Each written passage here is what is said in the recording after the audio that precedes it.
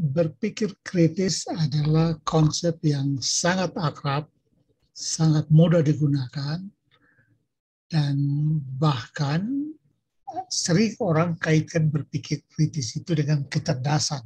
Jadi orang yang berpikir kritis itu seolah-olah orang yang cerdas, sementara orang yang tidak berpikir kritis dianggap tidak cerdas. Tetapi apakah benar?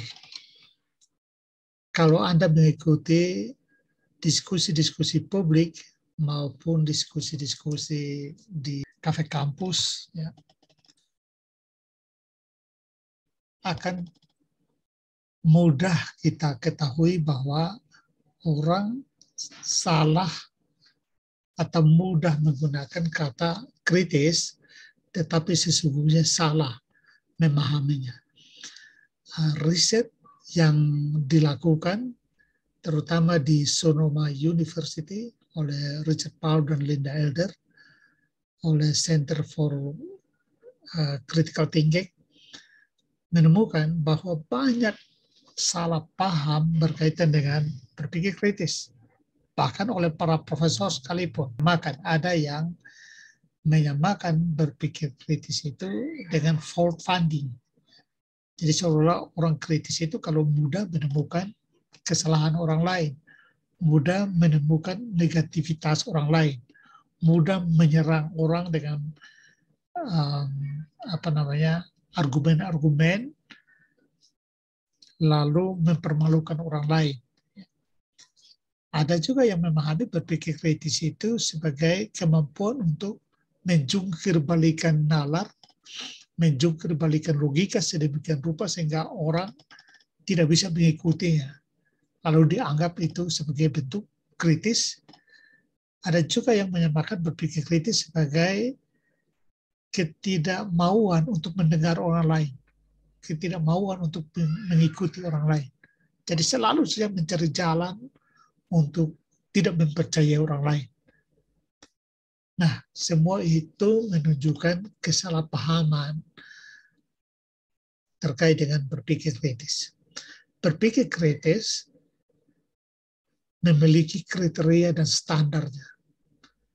Jadi untuk memastikan diri Anda adalah seorang pemikir kritis, maka pastikan juga Anda menggunakan atau Anda bernalar dengan menggunakan kriteria dan standar. Kita mulai dengan definisi berpikir kritis. Menurut Richard Powell dan Linda Elder dalam bukunya Critical Thinking, Tools for Taking Charge of Your Professional and Personal Life, itu mengatakan bahwa berpikir kritis atau kritis, kata kritis berasal dari dua term, ya. Jadi term Yunani dari dua akar kata, yaitu kritikos dan kriterion. Yang kritikos berarti discerning judgment atau penilaian yang teliti, yang cermat, sementara kriterion adalah standar. Jadi kita bisa simpulkan bahwa secara definisi berpikir kritis adalah cara berpikir dengan menggunakan penilaian yang cermat berdasarkan standar-standar yang baku.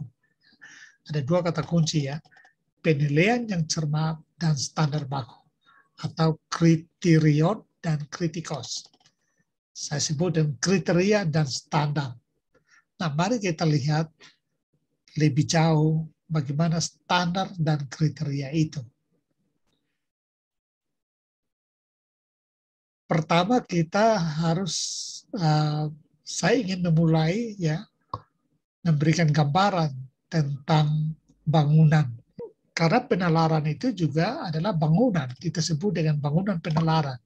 Maka untuk memahaminya kita bisa lihat dengan bangunan fisik, ya katakanlah rumah. Apa kriteria dasar untuk sebuah rumah disebut sebagai rumah? Ya. Kriteria minimal yang dimiliki oleh sebuah bangunan untuk disebut sebagai rumah. Paling tidak ada 4 kriteria yang dimiliki sebuah bangunan untuk disebut rumah. Yang pertama adalah fondasi. Tidak ada bangunan rumah yang tidak punya fondasi. Apapun bentuk fondasinya, pasti punya fondasi. Kriteria minimal kedua yang harus dimiliki adalah tiang penopang. Tidak ada bangunan rumah yang tidak punya tiang penopang. Dia harus punya tiang penopang. Yang ketiga, tentu harus punya pintu. Setiap rumah punya pintu. Apapun bentuk pintunya pasti punya pintu. Dan yang keempat, ya pasti punya atap. Ya, jadi 4 kriteria minimal dimiliki oleh sebuah bangunan supaya disebut rumah adalah fondasi, tiang penopang, pintu, dan atap.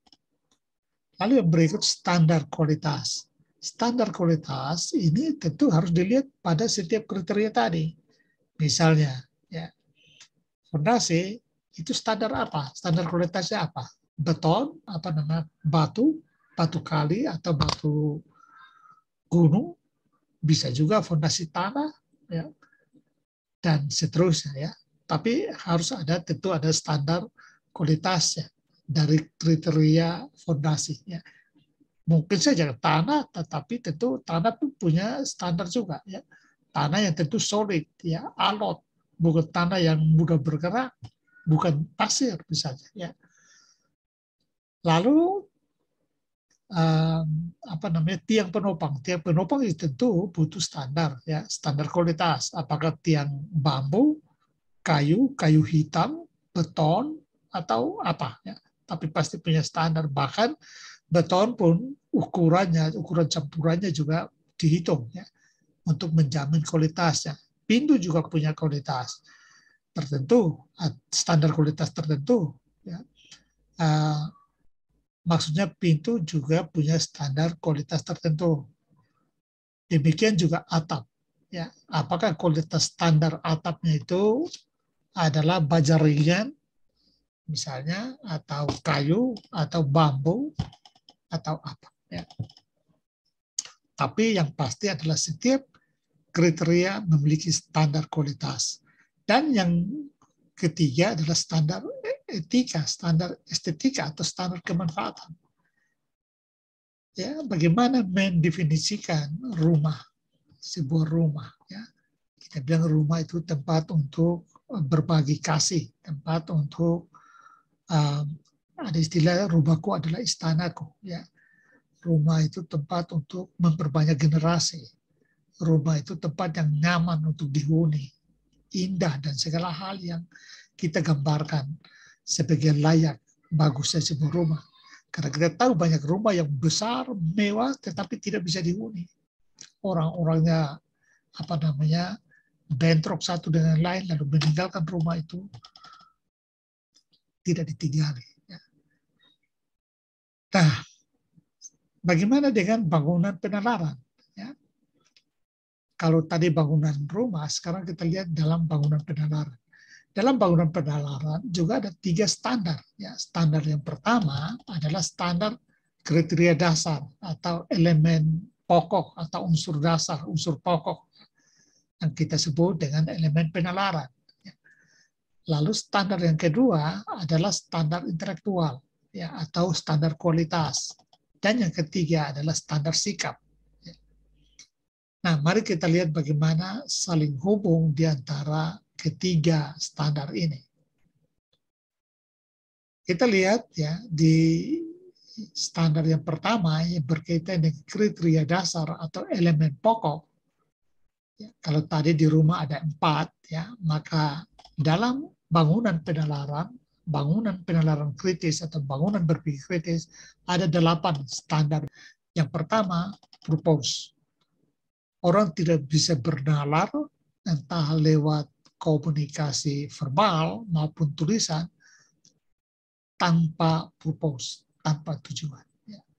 Dan yang kedua, tentu setiap percakapan, setiap komunikasi, setiap tulisan pasti untuk menjawab pertanyaan tertentu. Pasti muncul karena permasalahan tertentu atau diadakan karena permasalahan tertentu. Lalu yang ketiga, setiap penalaran pasti punya konsep. Tidak bisa Anda berbicara tanpa konsep. Tidak bisa Anda menulis tanpa konsep. Dan yang keempat, pasti ada informasi untuk mensupport, untuk mendukung argumen-argumennya, untuk membangun argumen dalam rangka menjawab question. Dan kriteria yang berikut asumsi. Setiap pernyataan, setiap proposisi di baliknya pasti ada asumsi. Nah, pada umumnya asumsi tidak disadari, tetapi dalam berpikir kritis harus disadari. Asumsi harus diperiksa untuk memastikan asumsi itu mendukung kesimpulan atau mendukung propose. Dan yang keenam, ya, kesimpulan. Ya. Karena ada question, ya, ada permasalahan, maka ada kesimpulan. Kesimpulan adalah jawaban terhadap pertanyaan. Ya. Jadi dengan melihat data lalu menjawab pertanyaan, itulah kesimpulan. Dan karena ada kesimpulan, maka kriteria yang berikut ada implikasi dan konsekuensi. Lalu yang terakhir, sudut pandang. Ya. Setiap penalaran pasti dibahas, dikupas, dianalisis dari point of view tertentu, sudut pandang tertentu.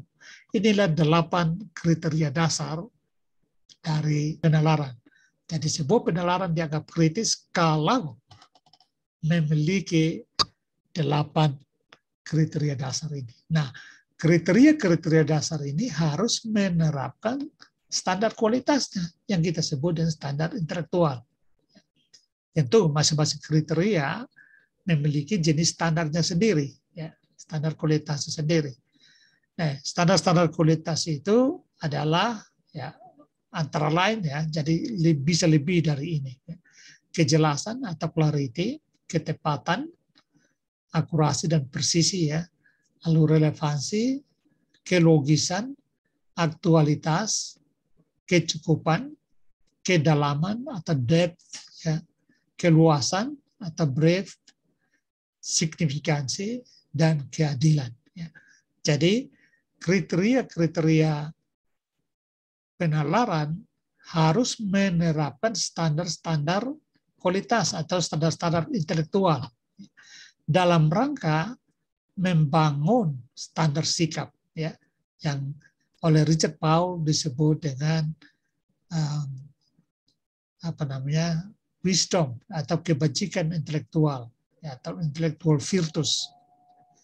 Itu terdiri dari kerendahan hatian intelektual atau intellectual humility, kemandirian intelektual atau intellectual autonomy, fire-mindedness, keberanian intelektual, keuletan, welas asih atau intellectual empati, kejujuran, percaya diri, kebajikan epistemik, ya, atau epistemic virtus, dan kedermawanan intelektual atau intellectual generosity. Jadi secara keseluruhan kriteria penalaran harus menerapkan standar-standar intelektual atau standar kualitas dalam rangka membangun sikap bijak, ya, wisdom, dan sikap wisdom itu sendiri gunanya adalah untuk memperkuat, ya, bangunan penalaran. Jadi inilah kalau kita lihat secara keseluruhan terdapat 28, paling sedikit, ya, 28 indikator untuk menyebut sebuah penalaran sebagai kritis atau tidak.